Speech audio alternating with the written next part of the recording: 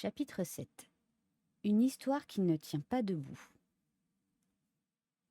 Le colonel Melkett a des cheveux roux, des yeux bleus, la mine éveillée. Ce petit homme pétulant possède une curieuse manie, il renifle toujours au moment où l'on s'y attend le moins. « Bonjour, pasteur, dit-il. Vilaine affaire, hein? Pauvre vieux Protéro. Oh, ce n'est pas que je l'aimais. Je ne l'aimais pas, et je crois bien que personne ne l'aimait. Enfin, tout cela va vous causer bien du désagrément, à vous aussi. J'espère que cette histoire n'a pas trop bouleversé votre femme. » Je dis que Griselda avait, en somme, bien pris les choses. Heureusement, car ce n'est pas agréable, une aventure pareille dans une maison. Tout de même, le jeune Redding, ça a été une surprise. Faire ça, lui? Il n'a vraiment eu aucune espèce de considération pour qui que ce soit. J'avais une violente envie de rire. Melkett ne voyait pas ce qu'il y avait de baroque dans l'idée qu'un criminel pût avoir des considérations de cette nature. « J'avoue, continua-t-il, que j'ai été plutôt surpris d'apprendre qu'il était allé, comme cela, se constituer prisonnier. » Vous savez comment ça s'est passé? Oh, ça n'a pas traîné. Il est entré au poste. Hier soir, il était à peu près 10 heures.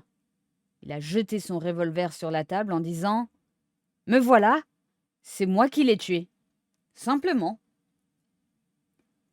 Mais quelles explications a-t-il fournies de son acte? À peu près aucune. On l'a prié de dire ce qu'il s'était passé, de faire un rapport. Mais cette idée de rapport a dû lui paraître drôle, car c'est tout juste s'il ne s'est pas esclaffé. Et il s'est contenté de nous dire qu'il était venu vous voir, qu'il avait rencontré Protéro, qu'il s'était disputé et qu'il avait tiré. Pas plus. Il ne veut rien dire du motif de la querelle. Dites-moi, Clément, de vous à moi, savez-vous quelque chose? J'ai entendu des racontars. Il paraît qu'on avait interdit à Redding l'entrée de Old Hall. Qu'y a-t-il au juste? Avait-il séduit la jeune fille, ou quoi? Nous ne voudrions pas que Létice fût mêlée à cette affaire, ou le moins possible. Non, fis-je, ce n'est pas cela. Vous pouvez m'en croire, c'est même quelque chose de tout différent. Mais, pour l'instant, je ne peux pas en dire davantage.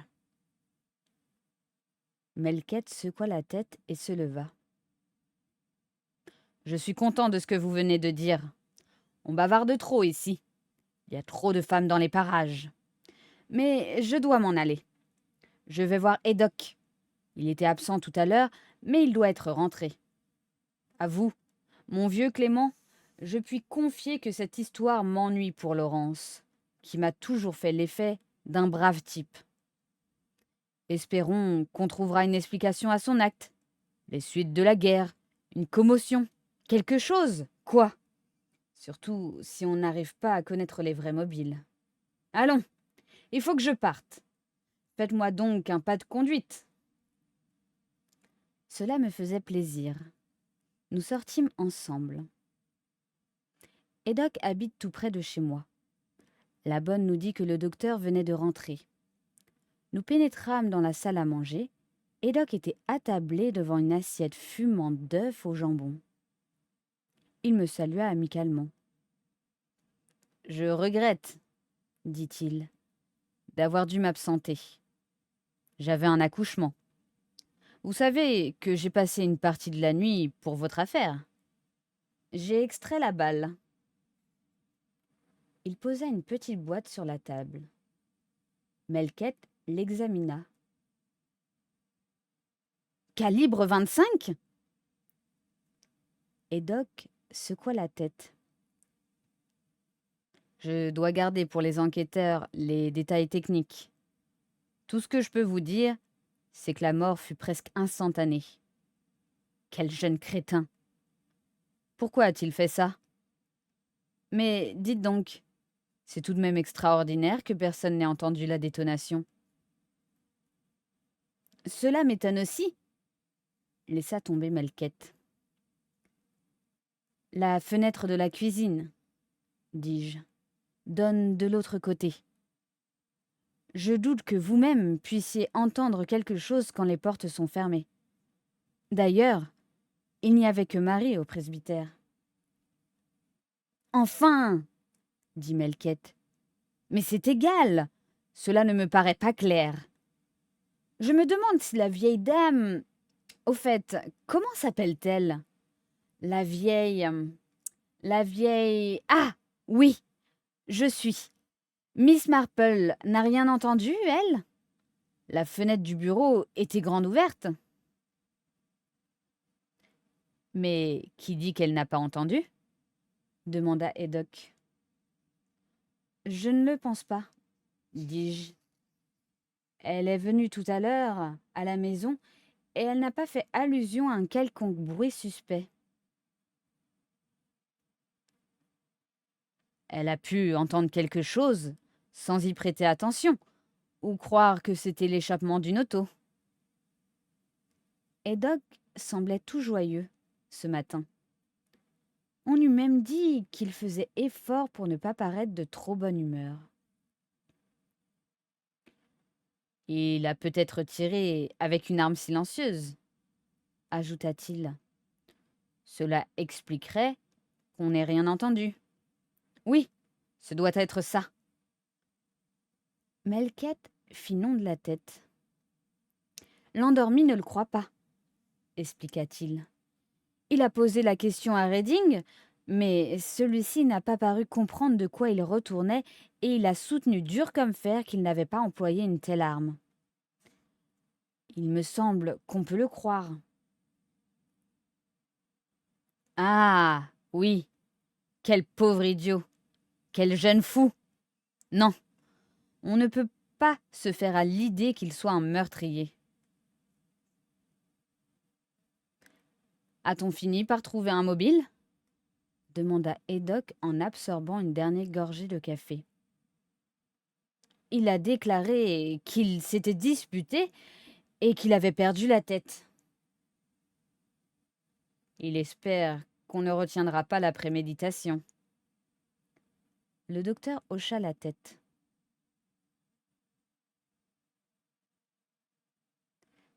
Cette histoire ne tient pas debout. Car, enfin, il est arrivé par derrière alors que l'autre écrivait et il l'a tué d'une balle dans la tête. Il y a là-dedans quelque chose de contradictoire. En tout cas, il n'aurait guère eu le temps matériel de se disputer, fis-je à mon tour, me souvenant des paroles de Miss Marple. Entrer sans bruit, tirer, pousser les aiguilles de la pendule, tout cela a largement suffi à occuper les quelques instants qu'il est resté au presbytère. Et je n'oublierai jamais cette expression hagarde qu'il avait en passant la barrière, ni la façon dont il m'a dit « Vous voulez voir Protéro? Eh bien, vous allez le voir. » Rien que cela aurait dû éveiller mes soupçons, me faire deviner ce qui venait de se passer. Haydock me fixait. Qu'entendez-vous par ce qui venait de se passer? Quand croyez-vous donc que le crime a été commis? Quelques minutes à peine avant mon retour. Le docteur secoua la tête. Impossible. Logiquement, impossible. Protéro était mort depuis plus longtemps.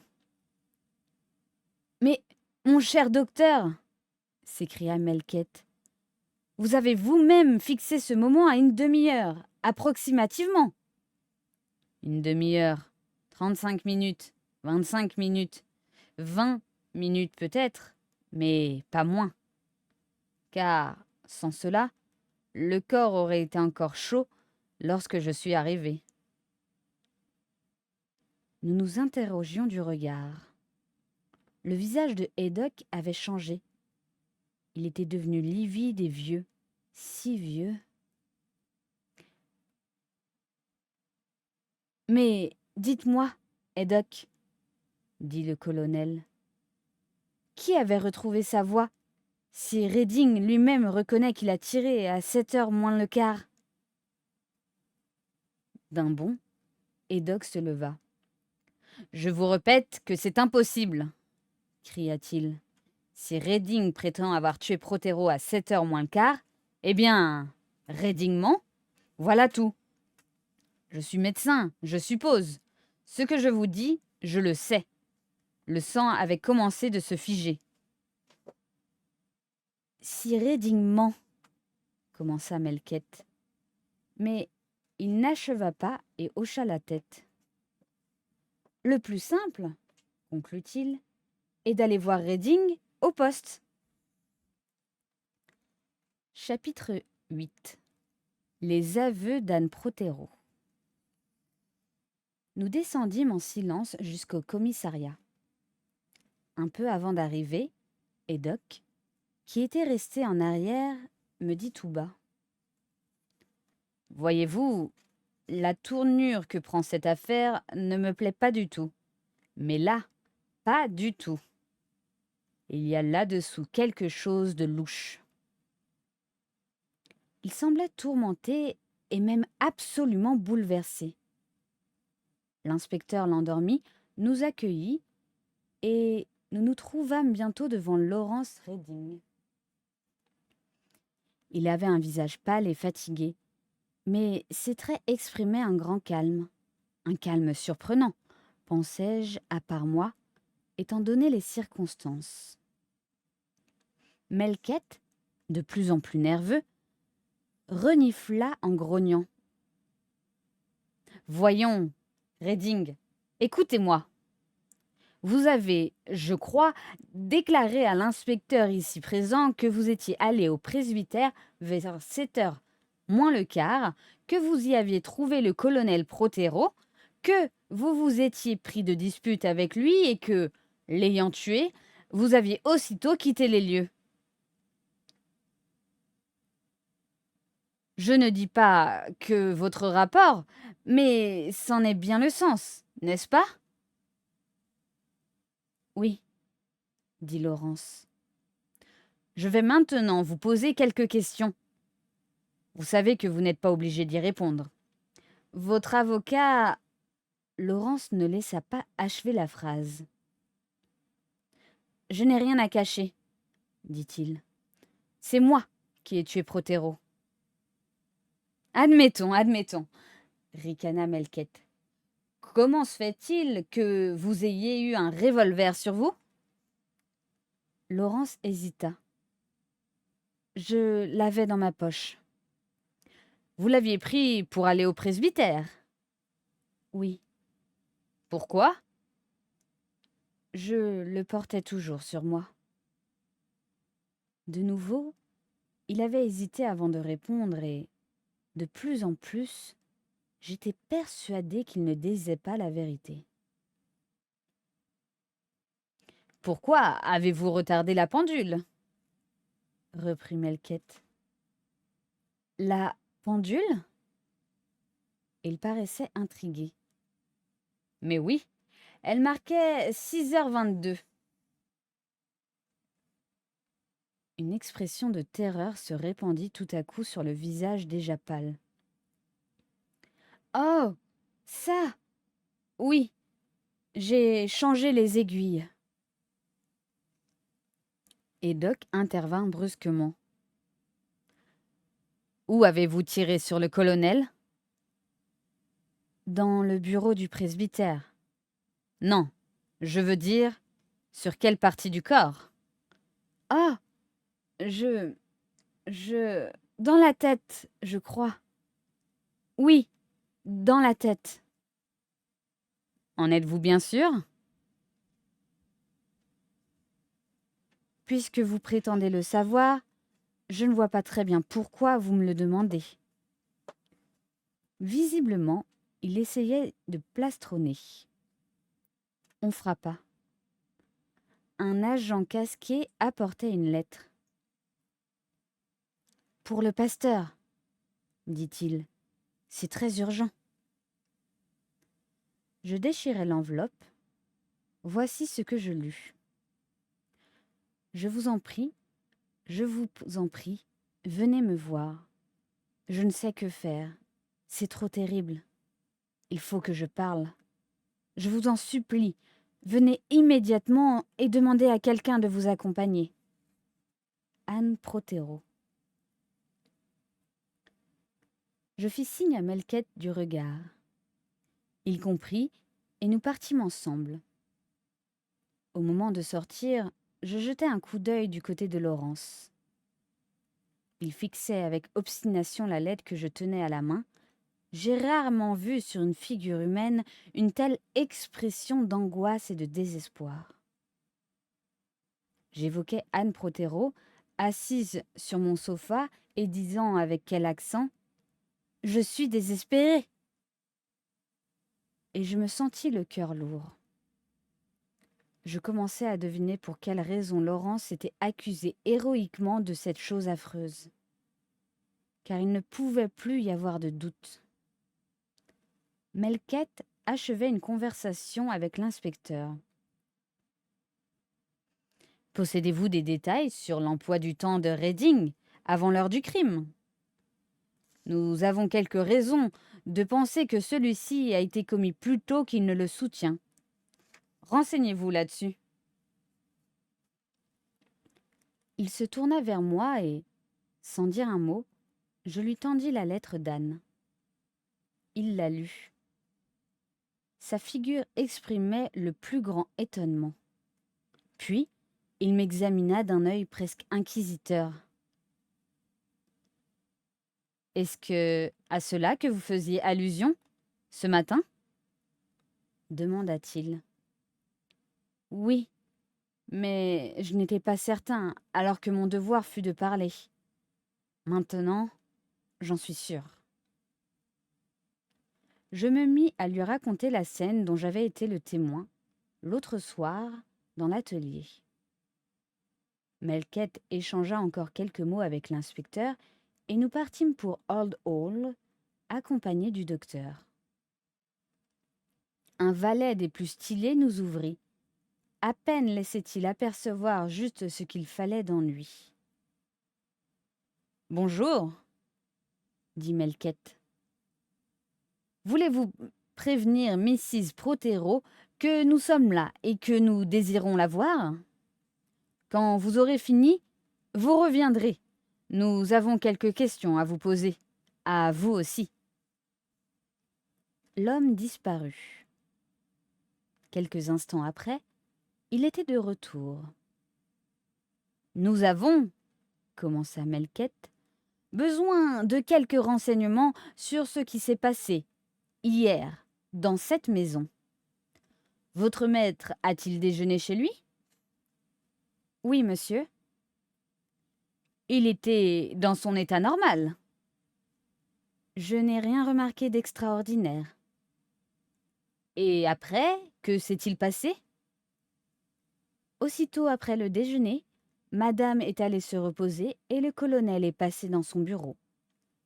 Miss Lettice est partie en cabriolet jouer au tennis.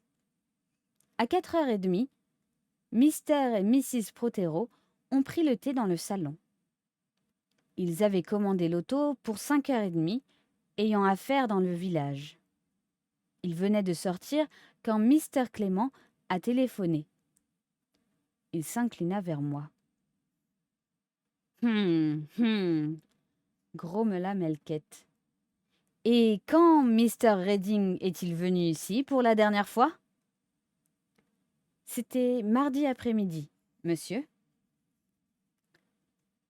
Ils se sont disputés ? » ?»« Oui, monsieur, je crois. En tout cas, le colonel me donna l'ordre de ne plus laisser Mr. Redding entrer dorénavant. » »« Avez-vous entendu le bruit de cette dispute ? » ?»« insista Melquette. Le colonel Prothero avait une forte voix, surtout lorsqu'il était en colère. Alors, je n'ai pas pu faire autrement que d'entendre quelques mots, par-ci, par-là. Assez, peut-être pour nous renseigner sur les motifs de la discussion. J'ai cru comprendre, monsieur, qu'il était question d'un portrait que faisait Mr. Redding, un portrait de Miss Lettice. Avez-vous vu Mr. Redding lorsqu'il est parti? Oui, c'est moi qui l'ai reconduit jusqu'à la porte. Avait-il l'air en colère? Non, pas du tout. J'oserais même dire qu'il paraissait plutôt amusé. Ah, eh bien, est-il revenu? Non. Personne d'autre non plus? Non, pas hier. Mais avant-hier? Avant-hier, Mr. Denis Clément est passé dans l'après-midi. Le docteur Stone est resté aussi un moment. Dans la soirée, il est venu une dame. Une dame? Melquette semblait surpris. Quelle dame? Le domestique chercha le nom de la visiteuse, mais il ne put le retrouver. C'était une dame qu'il n'avait jamais vue, en tout cas. Elle avait donné son nom et, sur la réponse qui lui avait été faite que tout le monde était en train de dîner, elle avait dit qu'elle attendrait. Il l'avait alors conduite dans le petit salon. Il se souvenait qu'elle avait demandé le colonel Prothero et pas Mrs. Prothero. Enfin, lorsque le dîner terminé, il avait averti le colonel. Celui-ci s'était aussitôt dirigé vers la pièce où la dame l'attendait. Combien de temps était-elle restée? Au moins une demi-heure. Le colonel l'avait reconduite lui-même. Ah, ça y est, il se rappelait le nom, maintenant. Mrs. Oui, Mrs. Lestrange. Nous ne pûmes cacher notre surprise. Ça, c'est curieux, dit Melquette. Vraiment curieux. Nous n'en sûmes pas davantage, car Mrs. Prothero nous fit dire qu'elle allait nous recevoir. Anne était au lit. Elle était très pâle et ses yeux brillaient. Je fus frappée de son expression douloureuse et résolue. Elle s'adressa à moi. « Je vous remercie d'être venu aussi vite, et je crois que vous avez compris ce que je voulais dire en vous priant d'amener quelqu'un avec vous. » Elle s'arrêta un instant. « Le mieux est d'en finir tout de suite, n'est-ce pas ?» reprit-elle avec un mince sourire tout de même assez pathétique. « C'est à vous que je dois parler, colonel Melquette. C'est moi. Entendez-vous? C'est moi qui ai tué mon mari. » Melquette dit doucement. « Ma pauvre Mrs. Prothero. »« Mais c'est la vérité. Je sais bien que je vous ai dit cela un peu brutalement. Ce n'est pas mon genre, voyez-vous, d'avoir des crises. Je le haïssais.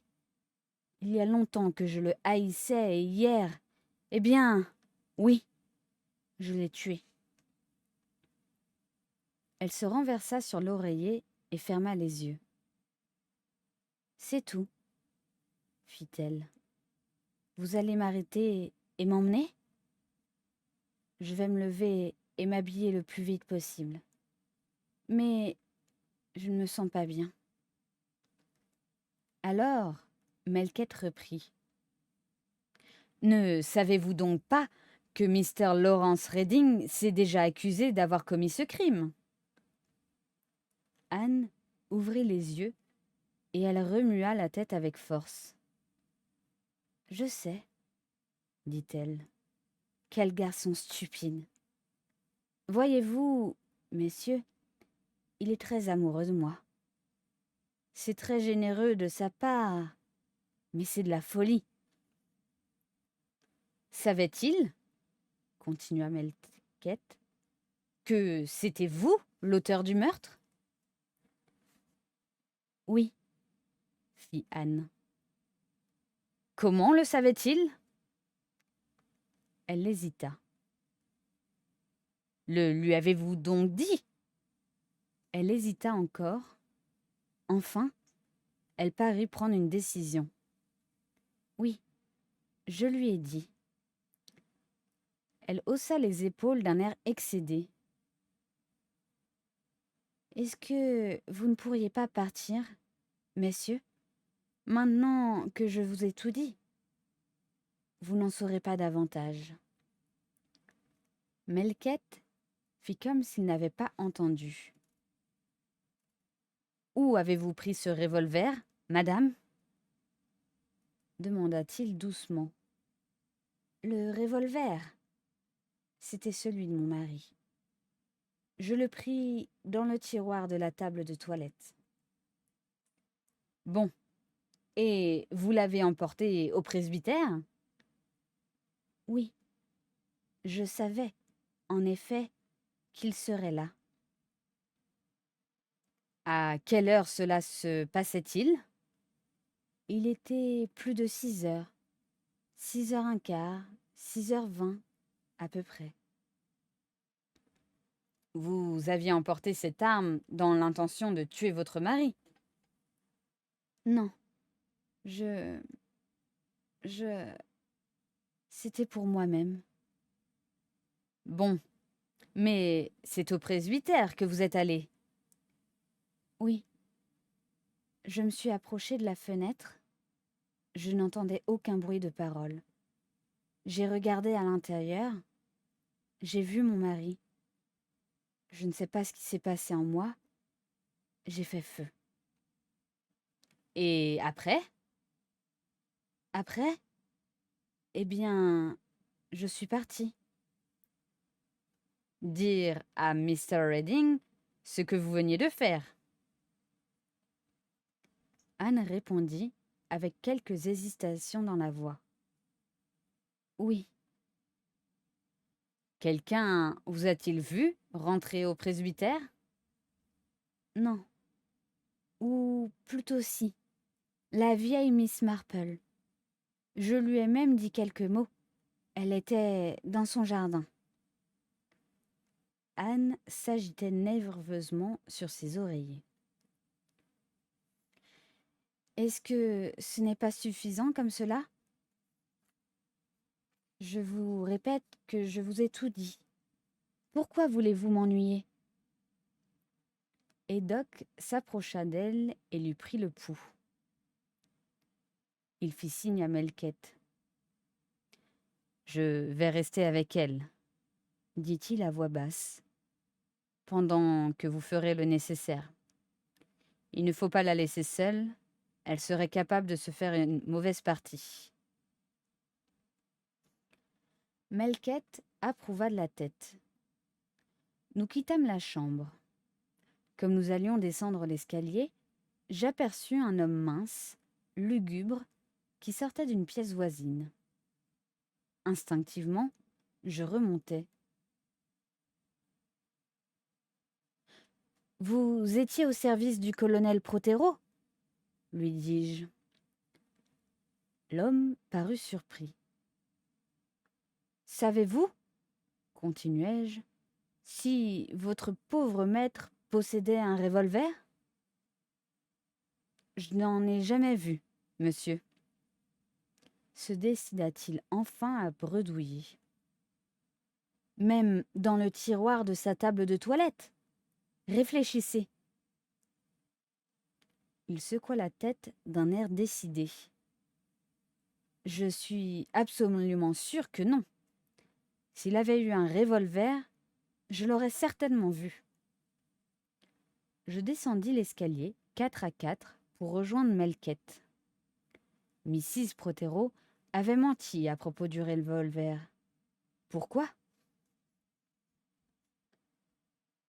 Chapitre 9. où une vieille fille en remontre au chef de la police. Après avoir déposé une note au commissariat, Melkett me fit part de ses intentions d'aller voir Miss Marple. « Accompagnez-moi donc, pasteur, dit-il gentiment. Je ne tiens pas du tout à provoquer une crise de nerfs chez une de vos ouailles. Prêtez-moi le concours de votre présence. » Ces craintes me firent bien rire. Malgré son apparence chétive, Miss Marple est de taille à tenir tête à tous les agents du monde, et même au préfet de police. « Quel genre de femme est-ce » demanda le colonel, comme nous sonnions au domicile de la vieille fille. « Peut-on se fier à son témoignage ?» Après un instant de réflexion, « Je crois qu'on peut s'y fier, dis-je, et j'ajouterai prudemment, tout au moins pour ce qui concerne les choses qu'elle a vues, car pour ce qui est de ses raisonnements et déductions, ça, c'est une autre affaire. Elle a beaucoup d'imagination et, en outre, une tendance à voir le mal partout. » « Le type même de la vieille fille, alors ?» fit Melkett en riant. « Je connais cette engeance. Thé, papotage, médisance. » Une toute jeune bonne nous introduisit dans un petit salon. « Quel bric-à-brac !» s'exclama Melkett. « Mais beaucoup de jolies choses. Un appartement de femme seule, hein, Clément ?» J'en tombais d'accord. Au même moment, la porte s'ouvrit et Miss Marple fit son apparition. « Excusez-moi de vous importuner, » dit le colonel lorsque je l'eus présenté. Et, prenant son air le plus martial, un air qu'il croyait, sans doute, capable de séduire les dames d'un certain âge, « Que voulez-vous » ajouta-t-il. « Le devoir a ses rigueurs. » « Mais parfaitement, parfaitement, » fit Miss Marple. « Je comprends cela, c'est si naturel. Asseyez-vous donc, messieurs. Puis-je vous offrir un petit verre de sherry? C'est moi qui l'ai fait, d'après une recette de ma grand-mère. »« Non, merci, » dit Melkett. « Mais je ne bois jamais rien avant le déjeuner. C'est un principe auquel je veux rester fidèle. Maintenant, si vous le voulez bien, nous allons parler de cette triste affaire, de cette lamentable affaire, car nous en sommes tous bouleversés, n'est-ce pas? Nous avons pensé, étant donné la situation de votre maison et de votre jardin, que vous pourriez nous fournir quelques éclaircissements. J'étais, en effet, dans mon jardin hier soir, et de là, on voit tout ce qui se passe chez les voisins. Je crois savoir que Mrs. Prothero est venue par là. C'est tout à fait exact. Même, je lui ai parlé et elle s'est arrêtée pour admirer mes roses. Pourriez-vous nous dire à quelle heure cela se passait? C'était 1 ou 2 minutes après 6h15. Oui, c'est bien cela. Je me rappelle que l'horloge de l'église venait de sonner pour le quart. Très bien. Et après? Mrs. Prothero m'a dit qu'elle allait chercher son mari au presbytère. Ils devaient rentrer chez eux ensemble. Elle a pris le petit sentier qui conduit chez le pasteur par la barrière de derrière, à travers le jardin. « Elle a pris le petit sentier ?» insista Melkett. « Oui, tenez, je vais vous faire voir. » Pleine d'ardeur, Miss Marple nous emmena dans son jardin et nous désigna le petit chemin qui passe en bas. L'autre sentier, derrière la haie, conduit à Old Hall, expliqua-t-elle. C'est celui qu'ils devaient prendre pour rentrer chez eux. Mrs. Prothero venait du village. Bien, bien, dit le colonel. Alors, selon vous, elle allait au presbytère? Sûrement. Je l'ai vue tourner au coin de la maison. Le colonel Prothero ne devait pas être là, car aussitôt, je l'ai revue. Elle traversait le jardin et se rendait à l'atelier, ce petit bâtiment que vous apercevez là-bas et que notre pasteur laisse à la disposition de Mr. Redding. Je vois. Miss Marple, avez-vous entendu un coup de revolver? À ce moment-là, je n'ai pas entendu de coup de revolver. Mais à un autre moment? Oui, je crois avoir entendu un coup de feu dans le bois. Mais c'était au moins 5 ou 10 minutes après ce que je viens de vous raconter et, je le répète, cette détonation venait du côté du bois. Cela ne pourrait être... Cela ne pourrait être... Elle s'arrêta net, toute pâle d'émotion. C'est bon, c'est bon. Nous verrons cela tout à l'heure, reprit Melquette. Continuez. Mrs. Prothero est donc descendue à l'atelier. Elle est entrée et elle a attendu. Mr. Redding l'a rejoint peu après. Lui aussi est arrivé par le sentier qui vient du village. Il est passé par la porte du presbytère, il a regardé alentour et il vous a vu? Non, je ne puis pas dire qu'il m'ait vu. Juste à ce moment-là, j'étais baissée. Je voulais arracher un de ces sales pissenlits. Ce n'est pas facile. Allez. Lui aussi s'est tout de suite dirigé vers l'atelier. Il ne s'est pas approché de la maison? Non, il est allé directement à l'atelier. Mrs. Prothero est venue à sa rencontre jusqu'à la porte et ils ont pénétré ensemble. À cet endroit de son discours, Miss Marple fit une pause qui en disait long. Elle posait peut-être pour un tableau? Suggérai-je timidement. Peut-être, dit Miss Marple. Et quand sont-ils sortis? Au bout de 10 minutes environ. Approximativement? L'horloge venait de sonner les 2 coups de la demie. Comme ils allaient franchir la barrière pour prendre le sentier, le docteur Stone, qui suivait le chemin qui mène à Old Hall, a sauté par-dessus la haie et les a rejoints. Ils sont partis du côté du village. Je crois, mais je n'en suis pas tout à fait sûre, qu'au bout du sentier, ils ont rencontré Miss Cram. Si, ça devait être Miss Cram. Il n'y a qu'elle pour avoir une robe aussi courte.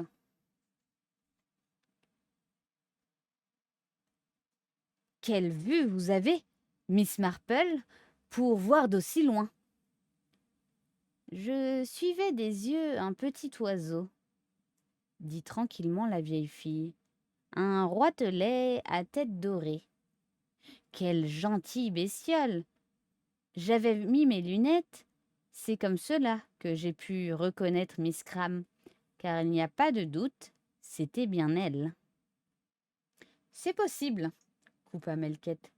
Mais puisque vous avez de si bons yeux, avez-vous remarqué l'attitude de Mrs. Prothero et de Mr. Redding lorsqu'ils sont passés près de vous? Ils causaient et riaient. Si vous voulez mon opinion, ils avaient l'air heureux d'être ensemble. Ils ne vous ont pas fait l'impression de gens ennuyés, préoccupés? Pas du tout. C'est même tout le contraire. Étrange, fit le colonel. Oui, il y a là-dedans quelque chose de vraiment étrange. Miss Marple nous coupa brusquement la respiration en remarquant le plus tranquillement du monde. Mrs. Prothero se serait-elle accusée? Ah, ça, dit Melquette. Comment avez-vous pu deviner cela? Bah, c'est dans le domaine du possible. Je l'ai pensé et je crois que cette chère Létice l'a dû penser aussi. C'est une jeune fille intelligente, Létice, sinon toujours très scrupuleuse. Ainsi, Anne Prothero s'accuse d'avoir tué son mari. Eh bien, voyez-vous, moi, je n'y crois pas beaucoup et je suis même à peu près certaine que ce n'est pas vrai.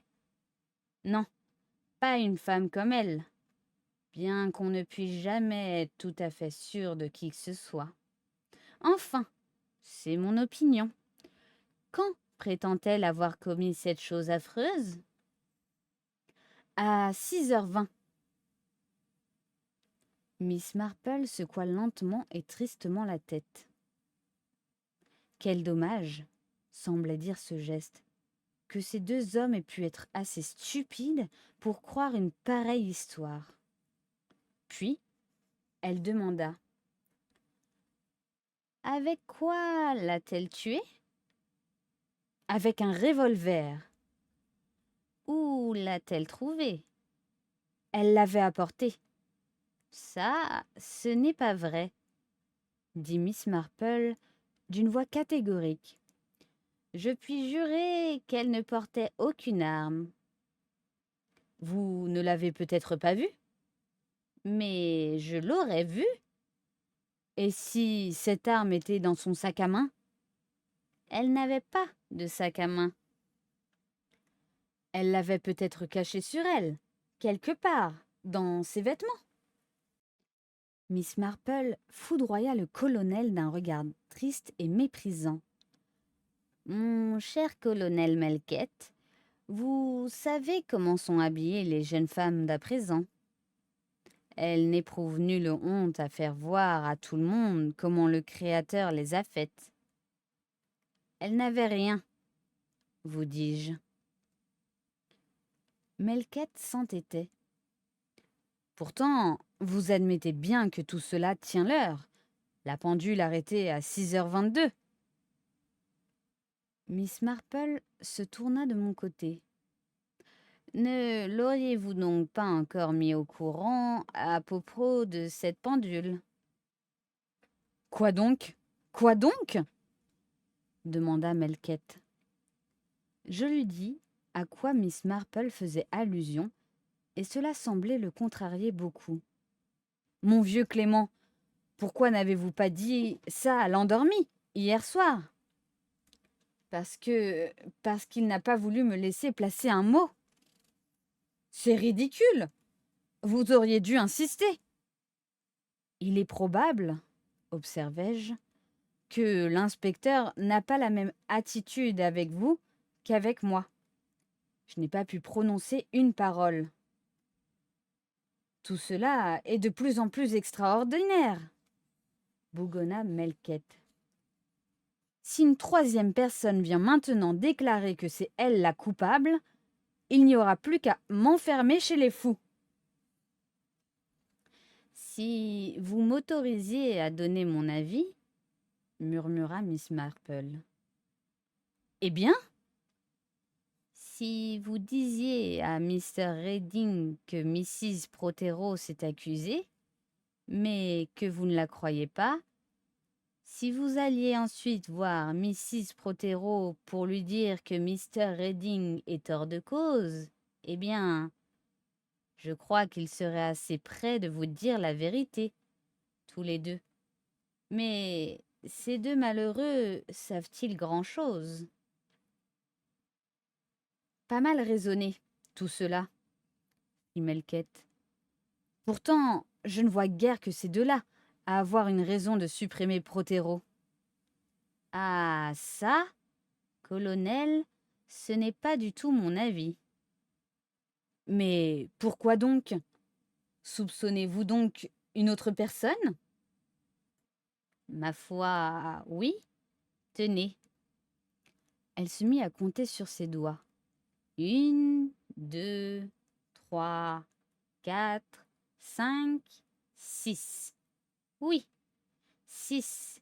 Et peut-être même une septième. J'aperçois au moins 7 personnes qui ont pu éprouver de la joie à être débarrassées de Protero. Melketh regarda la vieille fille. Il était complètement démonté. 7 personnes à Sainte-Marie-Mede? Miss Marple approuva d'un air victorieux. Remarquez bien que je ne cite aucun nom, dit-elle. Cela ne serait pas bien, mais je crains qu'il n'y ait beaucoup de méchanceté par le monde. Un soldat intègre comme vous, colonel Melketh, ne s'en doute même pas. Je crus que le chef de notre police allait tomber, frappé d'apoplexie. Chapitre 10. Un coup de feu dans un bois. L'opinion de Melketh sur Miss Marple, quand nous eûmes quitté la maison, était loin d'être flatteuse. Cette vieille fille desséchée s'imagine tout connaître, grogna-t-il. Et, de toute sa vie, elle n'est peut-être pas sortie de son village. C'est idiot. Je me demande ce qu'elle peut savoir de la vie. Je fis doucement observer à Melketh que, s'il était parfaitement exact que Miss Marple ignorait à peu près tout de la vie avec un grand V, il n'en était pas moins certain, par contre, qu'elle savait tout ce qu'il se passait à Sainte-Marie-Mede. Melketh dut le reconnaître. En somme, nous venions de trouver un témoin précieux, très précieux pour Mrs. Protero. Naturellement, nous ne pouvons pas mettre en doute ces affirmations, dit-il. Allez, vous pouvez être tranquille. Si Miss Marple dit que Mrs. Protero ne portait pas de revolver, vous pouvez la croire, car si le moindre doute avait pu exister sur ce point, vous pouvez être sûr qu'elle se serait emparée de ce détail avec acharnement. C'est vrai. Le mieux, c'est encore d'aller nous-mêmes visiter l'atelier. Ce que nous appelions de ce nom n'est autre qu'un simple hangar éclairé par le haut. Il ne possède pas de fenêtre et n'a qu'une porte pour toute ouverture. Quand nous eûmes terminé, Melketh, que cette visite semblait avoir satisfait, me fit part de son intention de revenir au presbytère avec l'inspecteur. « Je file au commissariat, » me dit-il. « À tout à l'heure. » À peine étais-je entré qu'un murmure de voix parvint à mes oreilles. J'ouvris la porte du salon. Miss Cram était assise sur le divan, à côté de Griselda, et elle parlait avec animation. « Hello, Len, » dit Griselda. « Bonjour, Mr. Clément, » fit Miss Cram, et elle ajouta. « Tous ces détails sur la mort du colonel sont vraiment terribles. Le pauvre homme. » Miss Cram, reprit ma femme, est venue très aimablement nous proposer de nous aider pour nos scouts. Vous vous souvenez que, dimanche, nous avions fait appel à toutes les bonnes volontés. Je m'en souvenais parfaitement, mais j'étais convaincue, et au ton de sa voix, je compris que Griselda l'était comme moi, qu'il ne serait jamais venu à l'idée de Miss Cram de nous apporter son concours si un drame ne s'était déroulé au presbytère. Elle remit tout de suite la conversation sur ce sujet passionnant. La nouvelle m'a fait l'effet d'un coup de massue. Un crime. Un crime dans ce petit village si paisible. Car, pour être paisible, le nôtre n'a pas son pareil. Pas même un cinéma. Pas un seul film parlant. Et quand j'ai su qu'il s'agissait du colonel Protero, je ne voulais pas le croire. Le cher homme, il ne donnait pas du tout l'impression de quelqu'un qui va être assassiné.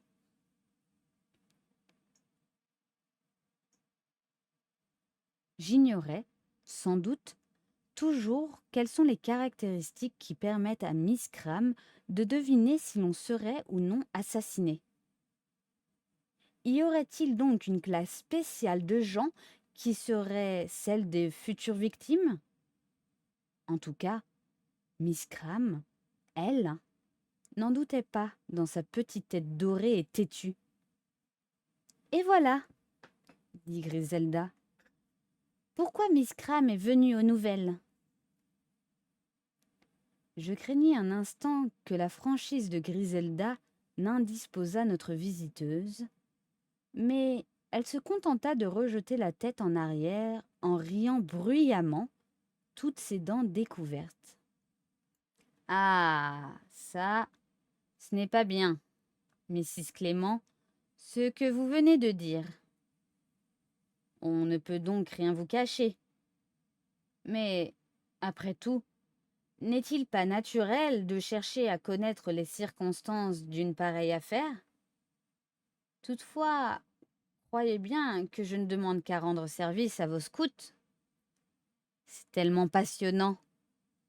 Moi qui passais mes journées à m'ennuyer. Si, si. Oh, ce n'est que mon travail me déplaise, et il est même bien rétribué.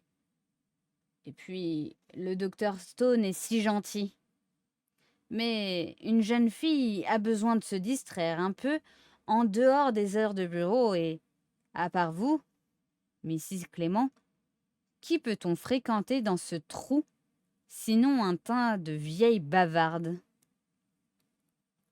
Il y a Lettice Protero, dis-je. Gladys secoua la tête. Elle est trop méprisante pour des gens comme moi. Elle se prend pour quelqu'un. Allez, et ne s'abasserait pas à remarquer une jeune fille qui doit travailler pour gagner sa vie. Et pourtant, je l'ai entendue parler de gagner sa vie, elle aussi. Mais qui pourrait bien vouloir d'elle? Elle serait remerciée dans les 8 jours, à moins de se faire mannequin et de parader dans de beaux atouts. Oui, je crois que ça lui irait très bien. Elle ferait, en effet, une très jolie mannequin, dit Griselda. Elle est si élégante. En tout cas, on ne peut pas dire qu'elle soit une mauvaise langue. Mais quand parlait-elle, donc, de gagner sa vie? Miss Cram parut déconcertée, mais elle reprit bientôt son air espiègle.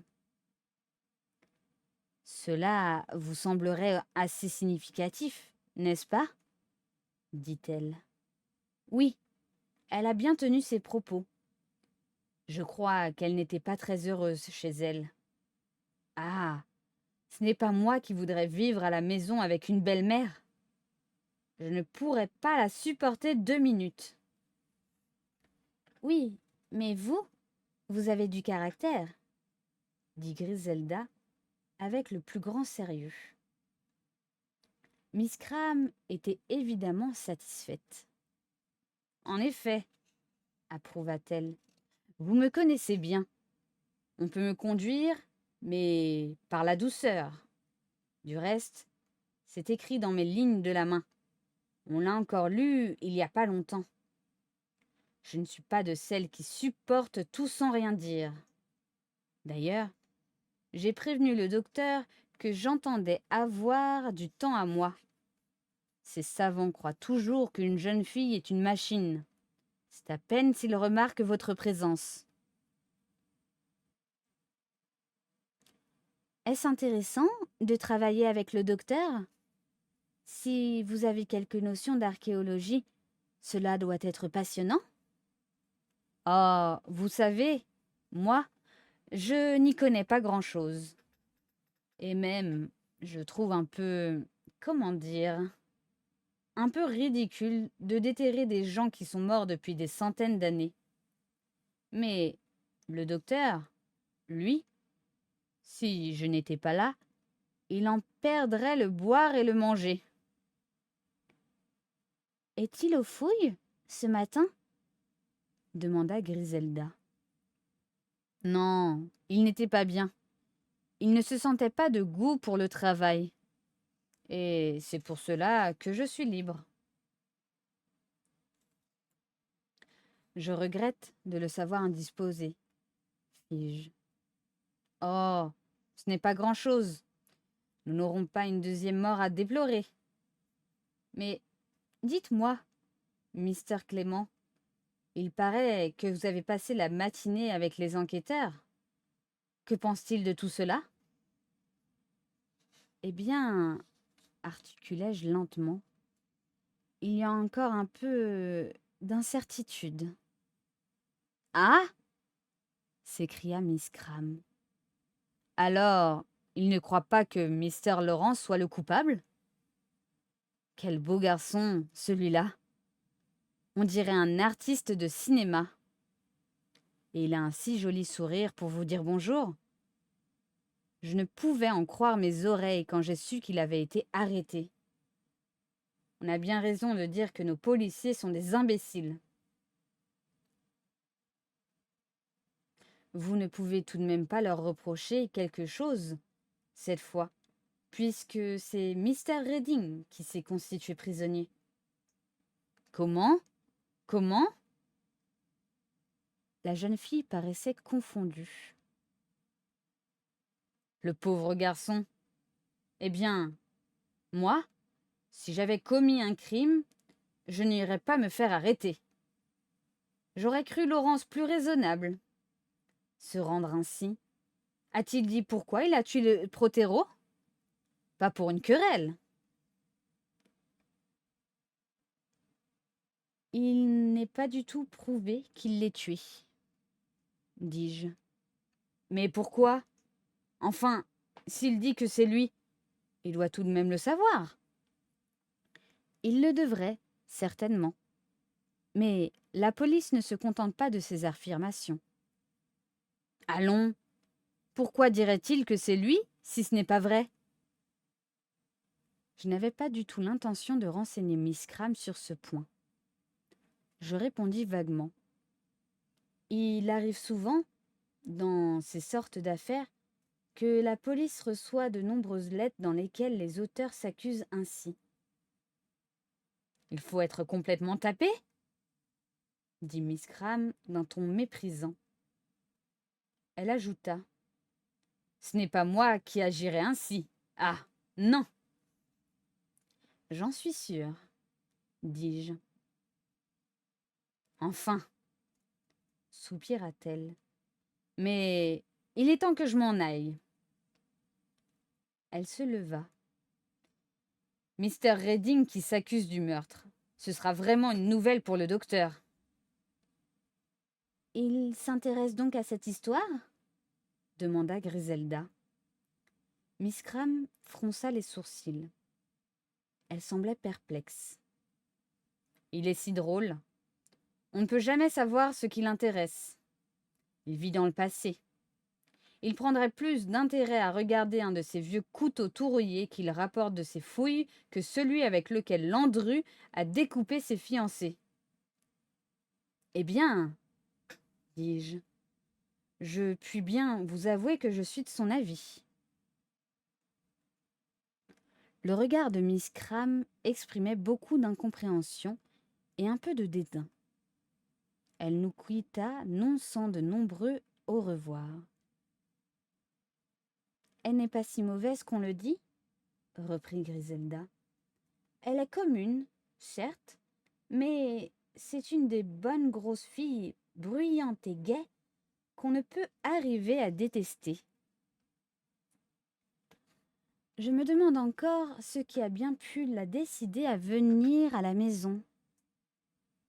La curiosité? Oui, ce doit être cela. Maintenant, Laine, dites-moi tout ce que vous savez. Je meurs d'envie de l'apprendre. Je m'assis et relatai à Griselda tous les événements de la matinée. Elle m'interrompait, de temps à autre, par de brèves exclamations de surprise et d'intérêt. Quand j'eus fini, elle dit simplement: Alors, Laurence, c'était avec Anne? Ce n'était pas avec Létice? Comme nous étions aveugles, ça devait être à cela que Miss Marple faisait allusion? Oui, dis-je en détournant les yeux. Marie entra. Il y a 2 hommes. Ils viennent de la part des journaux, qu'ils disent. Vous voulez les recevoir? Non, non, certainement pas. Envoyez-le donc à l'endormi, au commissariat. Marie hocha la tête et sortit. Je la rappelai. Quand vous en serez débarrassé, vous reviendrez. J'ai quelque chose à vous demander. Marie, de nouveau, hocha la tête. Au bout de quelques minutes, elle était de retour. J'ai eu du mal à les faire partir, dit-elle. Ils insistaient, ils insistaient. Vous n'avez jamais vu ça. Ils prétendaient que non, ça n'est pas une réponse. Qu'est-ce qu'il leur faut alors? Allez, Marie, nous serons souvent encore dérangés, je le crains. Mais voici ce que je veux savoir. Êtes-vous sûr, absolument sûr, de ne pas avoir entendu de coup de feu? Entendu le coup qui l'a tué? Bien sûr que non, je ne l'ai pas entendu. Autrement, je serais accourue dans la pièce, voir ce qui se passait. Oui, mais je me rappelais que Miss Marple croyait avoir entendu une détonation du côté des bois, et je changeai la forme de ma question. N'avez-vous pas entendu un coup venant d'une autre direction? Des bois, par exemple? Oh! Elle s'arrêta. Si, maintenant. Voilà que ça me revient. Je crois que je l'ai entendu. Pas plusieurs coups. Un seul. Rien qu'un. C'était un drôle de bruit. Quelle heure était-il? L'heure? Oui, l'heure. Je ne pourrais pas vous dire au juste. C'était après le thé, toujours. Tâchez de vous le rappeler. Non, je ne peux pas. J'ai mon ménage à faire, moi. Je ne peux pas passer mon temps à regarder l'heure qu'il est. Et d'ailleurs, ça ne servirait pas à grand-chose. Le réveil retarde d'au moins 3/4 d'heure tous les matins. Et puis cette manie que vous avez d'avancer la pendule. Ici, on ne sait jamais l'heure qu'il est. Ceci explique peut-être pourquoi nos repas sont si irréguliers, souvent en retard et parfois très en avance. Était-ce longtemps après le départ de Mr. Redding? Demandai-je encore. Non, il venait de partir. 10 minutes, un quart d'heure, pas davantage. Je secouai la tête avec satisfaction. Monsieur, reprit Marie, est-ce tout ce que vous voulez savoir? Parce que j'ai un rôti au four et mon pudding va bouillir trop vite. C'est tout. Vous pouvez vous retirer. Elle quitta la pièce et je me tournai vers Griselda. Il est sans doute tout à fait inutile de demander à Marie de dire monsieur et madame. Je lui en ai déjà fait l'observation, mais elle ne s'en souvient pas. C'est encore une débutante. Je m'en aperçois, dis-je. Mais les débutants ne doivent tout de même pas demeurer débutants toute leur vie. On pourrait peut-être aussi lui inculquer quelques éléments de cuisine. Là-dessus, je ne suis pas de votre avis, dit Griselda. Vous savez quelle dépense c'est pour nous d'avoir une bonne. Si elle était plus stylée, elle ne manquerait pas de nous quitter pour une place mieux payée. Au contraire, tant qu'elle continuera à ne pas savoir faire la cuisine et qu'elle conservera ses mauvaises manières, alors nous pourrons être tranquilles car personne ne voudra d'elle. On voit que les méthodes de ma femme pour diriger la maison ne sont pas tout à fait dépourvues de logique. Reste à savoir s'il vaut mieux se passer de bonne ou en avoir une incapable de faire la cuisine et qui vous lance, avec la même désinvolture, plats ébréchés et remarques déplacées. En tout cas, dit Griselda, vous pourriez vous montrer plus indulgent pour elle en ce moment et vous devriez comprendre qu'elle ne peut guère s'apitoyer sur le colonel Protero qui avait fait emprisonner son fiancé. Il avait fait emprisonner son fiancé?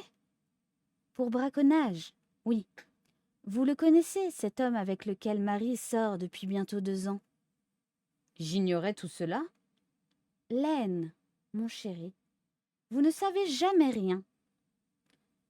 Il est vraiment étrange, repris-je, que tout le monde tombe d'accord pour dire que le coup venait du bois. Je ne vois rien d'extraordinaire là-dedans, dit Griselda. C'est tous les jours qu'on entend des coups de fusil dans cette direction. C'est à tel point que lorsque l'on entend une détonation quelque part, on est tout de suite porté à dire qu'elle vient du bois. Celui-là était peut-être un peu plus fort que d'habitude. Évidemment, s'il avait été tiré dans la pièce à côté, Marie se serait rendu compte qu'il se passait quelque chose d'anormal dans la maison. Mais de cette cuisine, avec les fenêtres qui donnent de l'autre côté. La porte s'ouvrit de nouveau. « Le colonel Melquette est de retour, » m'annonça Marie. « Il est avec l'inspecteur et il demande que vous alliez les rejoindre.